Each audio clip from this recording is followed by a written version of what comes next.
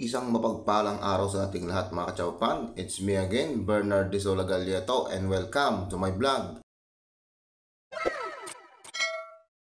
Ngayong araw na ito mga kachaupan na isa na namang budget meal ang ating lulutuin na tiyak magugustuhan ito ng buong pamilya at syempre ng buong tropa.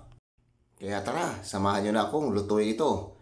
Kaya pinainit ko na kagad mga kachaupan ang malakasang calandius oil at ng ating mahiwagang kawali. Sabay buhos kaagad ng mantika. Siyempre, hintay lang natin yung uminit, sabay gisa ng pangunahing sangkap tulad ng luya, sibuyas at bawang. Pagkatapos yan mga kachaupan, as usual, hihintay lang natin yan maging golden brown bago natin igisa ang malakasang panang manok o chicken feet. Sa paggisa mga kachaupan, isinabay ko na rin ang karagdagang sangkap tulad ng asin, paminta, at siyempre, hahalu-haluin natin yan ng bonggang-bongga para kumapit yung ating mga nilagay na sangkap sa panang manok. Sabay lagay ng tanglad, siyempre pampadagdag aroma yan.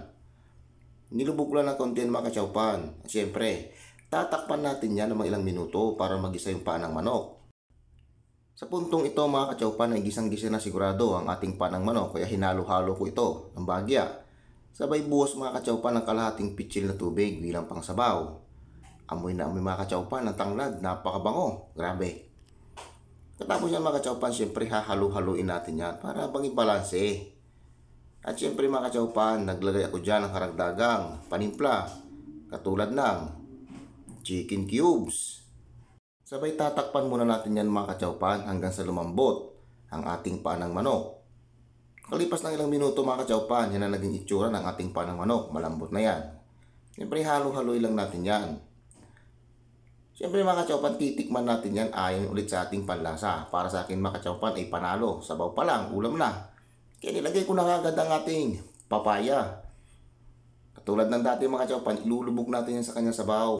Sabay tatakpan ulit natin yan mga kachaupan, hihintay lang natin lumambot ng ating papaya. Makalipas ng ilang minuto mga kachaupan, parehas ng malambot yung panang manok at saka yung papaya. Kaya hinalo-halo ko lang ng bahagya. Sabay lagay na mga kachaupan ng ating dahon ng malunggay. Hahalu-haluin lang natin ito mga kachaupan ng bahagya hanggang sa maluto ang ating dahon ng malunggay. Saglit lang naman ito kasi hindi na masyadong tinuluto yung malunggay mga kachaupan at madaling maluto yan. Naglagay ako ng 3 pirasong siling green mga kachaupan, pampadagdag aroma na naman. At siyempre hahalu-haluin ko lang yan ng konti.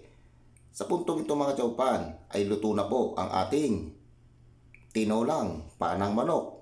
O diba mga kachaupan, napakabilis ng lutuin? Kaya tara, samahan niyo akong kumain.